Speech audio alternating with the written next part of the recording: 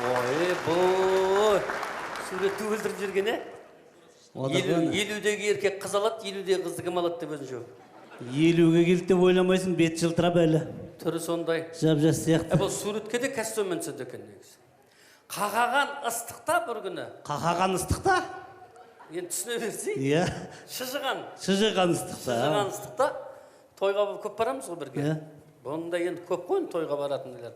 Сондай тойға барған кезде мен өз жеңқысқа ақ көйлекпен зорға жүрсем, бұл кәдімгі костюм шалбармен барады ғой. Неге? Мен таң қалдым сол кезде. Не деген мәдениет? Мәдениетті осыдан үйренуіміз керек біз. Сахнаның адамы ғой, сахнаның адамы, костюммен. Не деген бұл той иесіне деген құрмет бұл деп ойланып жүрсем, ана костюмді қалтасы көп болғасын керек екен ғой бұл. Неге? Академ өлең айтып ақша қыстыра береді ғой әркім. Бір көйлектен баса бір қалта содан екен. Құпияларын содан барып түсіндім ғой. Көп нәрсені үйрену керек негізі. Бұл жарақтыққа бір риза болатын жерім бар ғой. Қарағандыға мені концертіне алып барды. Билет сатпайды ғой. Афиша жасамайды. Баннер ілмейді, рекламный ролик жібермейді. Бірақ тола зал. Зал тола. Ақшасы конвертпен кеп атады. Риза боласың. Қарағандыға бардық. Ал Димаш мақтап мені шақырасың деді. Сахнаға атып шықсам, залдың жартысынан көбі орыс қой. Ай, орыстар Бауыржанның концертіне неменеге келді деп таң қалдым да.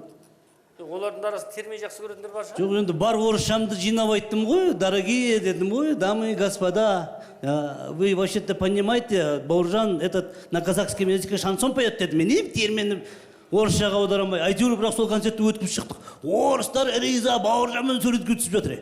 Орыстардың да сабатыр қалтасына. Ой, жаның шыққыр нотасын қарасай. Бұған жаның шыққыр деген сайын қарны шығып барады что-то. Бұның бір құпиясын айтайын. Бір ағайындардың баратын тойлардың бәрі өңке бір бай, генерал бірдеңелердің той ғой.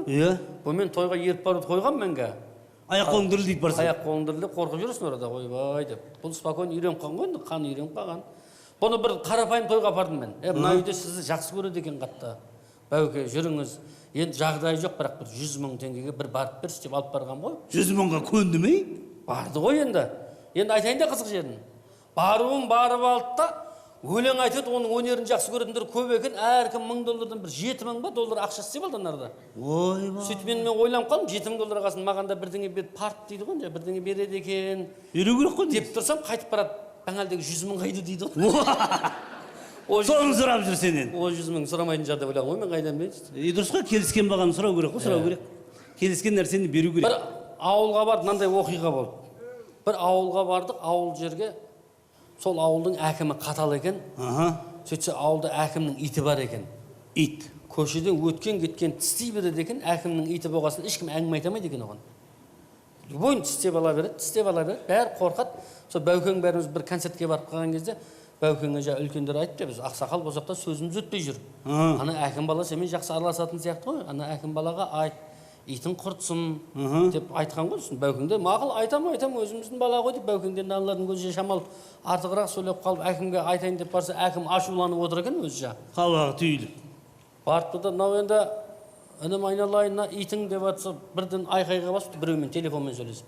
Жынданып, ашуланып болыпты, Бәукең, не шаруамен жүрсің? Ананы істеп бердің, мынаны істеп бердің. Не айтайын деп тұрсың десе, Бәукең айтады, іштеңе, жаңалда бір ит туралы бірдеңе айтып ғой десе, тағы да бір ит асырамайсыз ба деп айтайын деп ғой. Ой, бір сөз тапқанға қолға жоқ. Аяқ астынан. Мені де бір жерге ертіп апарды, Димаш, інім жүрші, мен сені бір мықты кісілермен таныстырамын деді.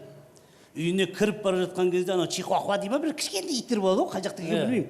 Сондай бір ит шәуіліп алып шықты, Баукең келді да, ой, мұны бір тепті, ит өліп қалды. Ойбай, енді не істейміз? Жан-жанына қарады да, Бауыржан алды да үйдің төбесін лақтырып жіберді. Үйге кірдік, ана кісімен таныстық, тамақ жеп шықсақ, қыңсылап иті төбеде жүр ғой. Сөйтсе Бауыржан таң қалып қарап қояды. Ана кісі де ой, бұны қалай шығып кеткен дейді. Сөйтсе Бауыржан айтады, ой Алла, мысықтың үйдің үстіне шығып кететін көріп ем, иттің шығып кеткенін бірінші рет көріп тұрмын.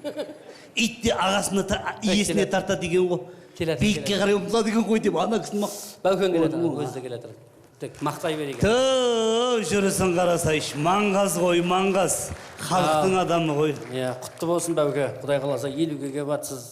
Жарты ғасыр өмір сүрдіңіз. Иә. Бауке деймін да, мынау 50 ердің жасы. Құтты болсын. Бірақ енді мен сізге таңғалам. Неге машинаңызды қойып автобуспен жүресіз? Сосын неге базарда жүресіз постоянно? Қайыршы біткеннің бәріне қайыр беріп жүресіз ғой. Садақа беріп, анаған да береді, мұнаған да береді. Баукеңнің қолы ашық екенін көреді да, жұрттың бәрі картошка мен пияз беріп жатады. Кәдімгі Сарыарқа базарының жұлдызы. Ризамын сізге ше. Қой, Бауке 100-ге жет. 100-ге жеттен мүлдем кетті. Жоқ, анау жұлдыздар деймін да, о джип мініп шалқып жүреді ғой барған жерінде. Сіз неге өйтпейсіз? Құда қаласа. Соны айтуға келдік негізі. Рахмет. Шалқып жүрсей? Болды, рахмет. Рахмет, ардақты ағайындар, жаным, мінеке. Енді аз сөйле, кешіріңіздер енді Құда қаласа, мінеміз бұйыртса, мінемін. Шалқып жүріңіз.